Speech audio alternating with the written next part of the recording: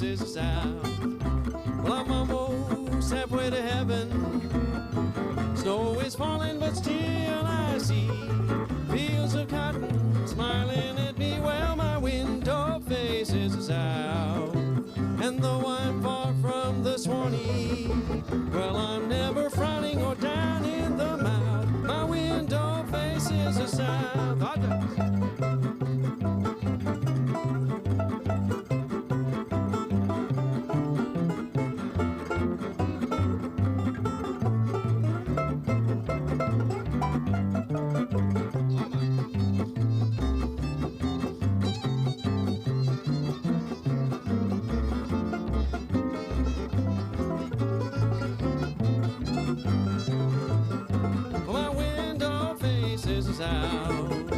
Well, I'm almost halfway to heaven. Snow is falling, but still I see fields of cotton smiling at me. Well, my window faces south. And though I'm far from the Swanee, well, I'm never frowning or down in the mouth. My window faces the south. My window faces the south. That's all.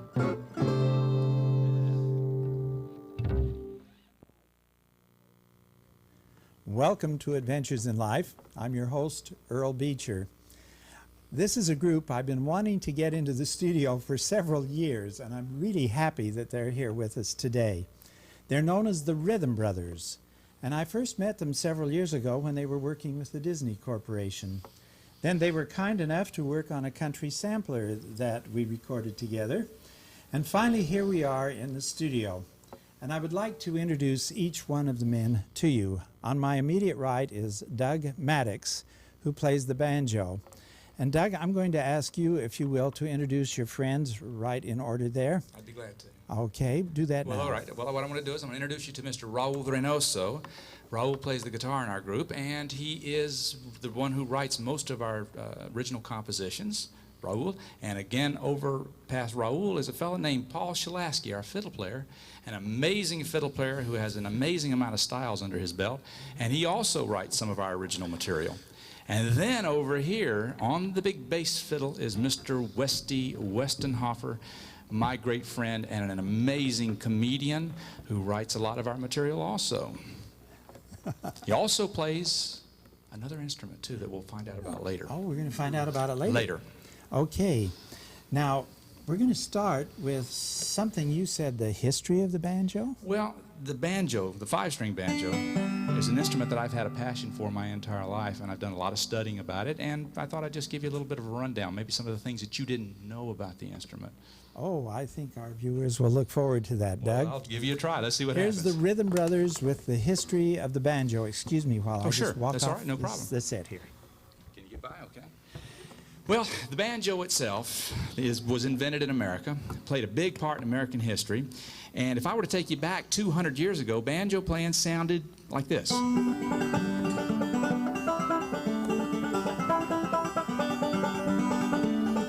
This little tune is called Going Down to Lynchburg Town, and it's very easy to play, and that's because I'm just using two fingers to play it. I'm just using the middle finger of the right hand and the thumb, just those two, and there's the sound. Nice and easy. Anybody could do it. Most folks were, right up until the middle 1800s, and then this fella named Stephen Foster came along and single-handedly ruined everything. Because Stephen Foster was writing tunes that were more difficult. Like his little tune, Old Susanna, required the banjo player to add a third finger to the picking pattern. On top of that, they had to start wearing these little forms of torture called finger picks, which are not only uncomfortable, they're also hard to find. Now, of course, I don't know how many of you folks out there have ever had the occasion to go shopping in a music store to want to pick a pick. But when picking your pick, a word of advice, don't nitpick. Even though there's a pack of picks out there to pick from, and one should be picky and pick through a pack of picks before picking just any pick. And there are frets to fuss and fret over. Now, what are frets? Well, frets are these little finger speed bumps here in the fingerboard. Now, before frets, banjos were fret-free, allowing fretless fingers the freedom to flit and flutter flawlessly in harmonious ecstasy, ditty to ditty. But now, to pick a note, you must first pick a fret. You pick a fret to pick a note. To pick a note, you pick a fret. You must pick before you pick. And should you mispick, well, you can nick your pick. And nicking one's pick can result in the flicking of that pick off the picking finger, leaving the slickest picker sick with no pick to pick with. And the reason for picks and frets? Volume made the banjo louder. Stephen Foster was determined to have his music heard.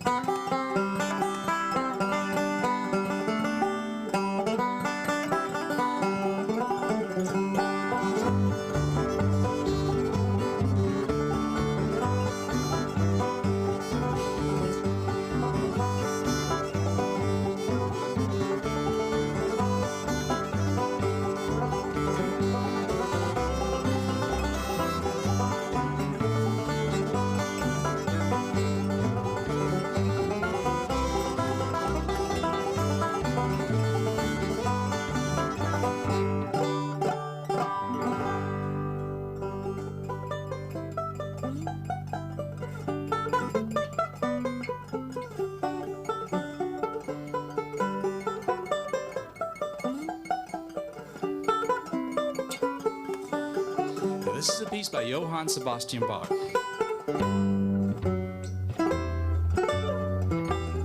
Called Jesu, Joy of Man's Desiring. In the late 1800s, the banjo was so beloved in America that even classical banjo players became famous, and through their concerts, they introduced this instrument to the world.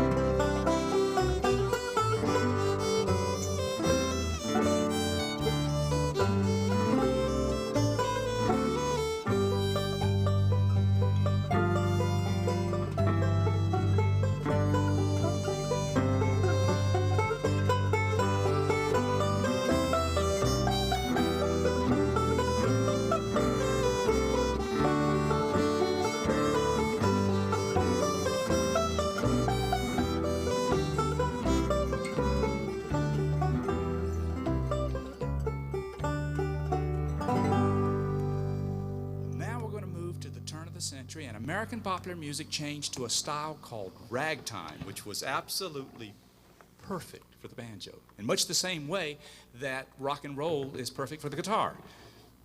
The only problem is that ragtime music was extremely popular in the red light districts throughout America, which then the news media proclaimed ragtime as the devil's music. I mean, you'd get up every morning reading the newspaper that ragtime was deficient in taste, delicacy, refinement, intellectually depraved, morally corrupting. I mean, it's no wonder it was popular.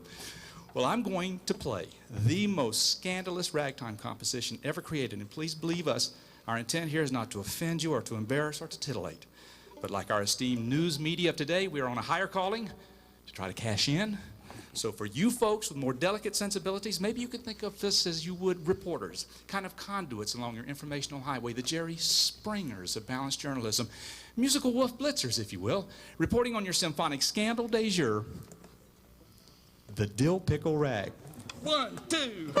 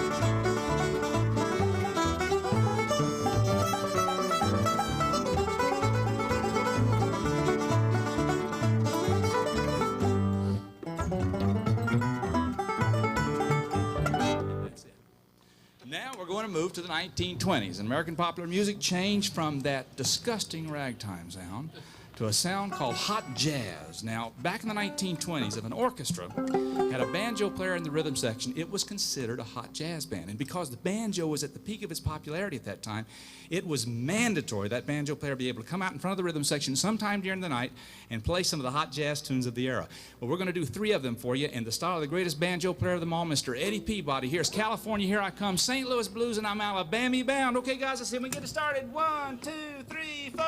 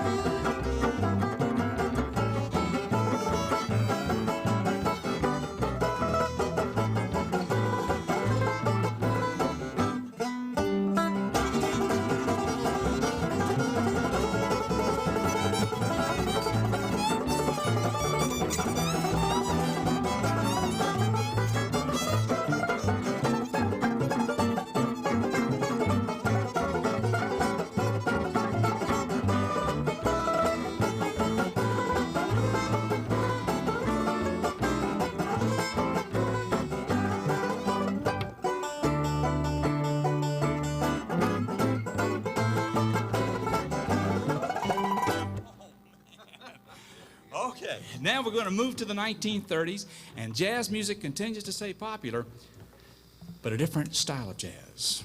In fact, in the 1930s, jazz was becoming smoother, more sophisticated. While jazz was becoming more cerebral, and immediately banjo players were in trouble. With Band leaders no longer wanted the sound of the banjo in the rhythm section. They wanted the smoother, more sophisticated sound of the jazz guitar. So after 120 years of popularity, almost overnight, banjo went from being a musical instrument to being a musical oddity, being played mostly by vaudeville comedians, country comics. It wasn't until the 1940s this fellow named Earl Scruggs walked out into the Grand Ole Opry stage. Now, the Grand Ole Opry audience expected Earl to come out there and tell a bunch of old jokes, do some funny stuff, because no one was taking the banjo serious. The Grand Ole Opry audience had seen plenty of comics come out there, but they weren't ready for Earl Scruggs, because Earl Scruggs was writing his own compositions for this instrument, and he was writing them in a brand new style. This is his most famous composition called the Foggy Mountain Breakdown. You might remember it from the movie called Bonnie and Clyde. And this new style of playing is called bluegrass.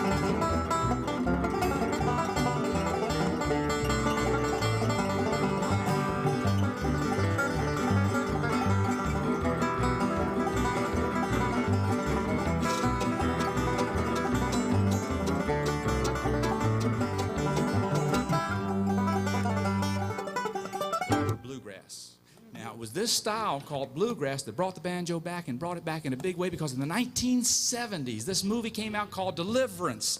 And in the theme music, they had a guitar player duking it out with a banjo player, and they called that big hit tune Dueling Banjos. Now, here's the cool part. This is the cool part. Check this out. Dueling Banjos had actually been written some 20 years before the movie Deliverance. It was a minor country hit in the late 40s, early 50s under the original title Feuding Banjos. And on that original recording, Nashville actually teamed up two banjo players, one of them being a 4-string Dixieland banjo player who sounded like this. That fellow's name was Arthur Smith, and they had him duel with a 5-string bluegrass banjo player, a fellow named Don Reno, who sounded like this.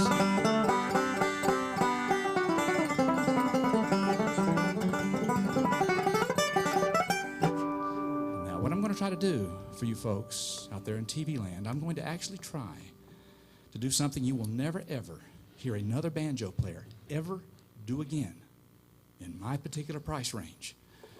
Dueling Banjos, originally played on 2 banjos. I'm going to do it right here today on 1 banjo. Right here today. Right here. I am so pleased with myself. Go for it, Duggar.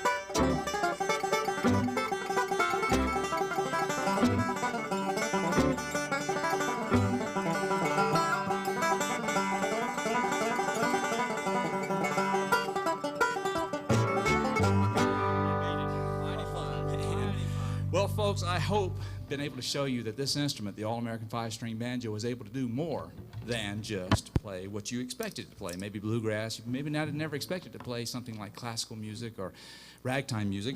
And of course, the instrument itself, as a lot of people probably know, was invented in America. And if I'm not mistaken, Paul, this is the only instrument that's been invented in America. Absolutely. It is true. 1840 by Joel Sweeney. Wow. So there's been no other instruments as far as you know. Oh, believe I so. beg to differ, old banana nose. No, I would say possibly there is another American instrument, and it's right over here. This is a sousaphone, an American instrument named after John Philip Sousa. Don't get him any more American than that. We stand corrected. Would you Okay. play us something? I have corrective standing, by the way. Stop that. I have an American sousaphone. I brought this out. I thought these people would get a big kick out of seeing one of these things. Let's have it. Gonna have a tune? You bet. And I'm gonna play it for you. The most played sousaphone solo of all time. The William Tell Overture. Oh, this is my favorite. It is? Yeah. Oh, sure. Okay, one moment. I must prepare. Careful.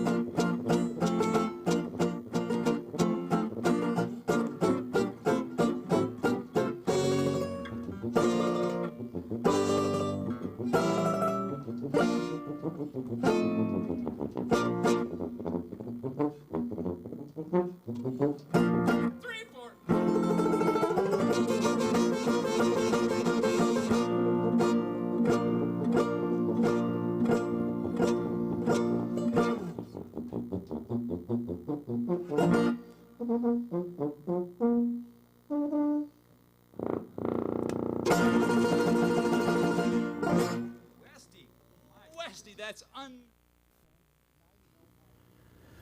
Well, friends, now you know why it took me a couple of years to get this group into the studio. They're in such demand. What a beautiful performance. Thanks, Doug, Westy, all of you. Where are you? Where can people see you? More Right now we're on tour, on a Performing Arts Center tour, and we're all over Oregon and Washington next week for about a couple of weeks. And then we do the Midwest after that. And So, folks, please watch for the Rhythm Brothers. They will be appearing probably in your hometown. Thanks again for coming into the studio and doing Adventures in Life. And please join us soon again for more Adventures in Life. Now,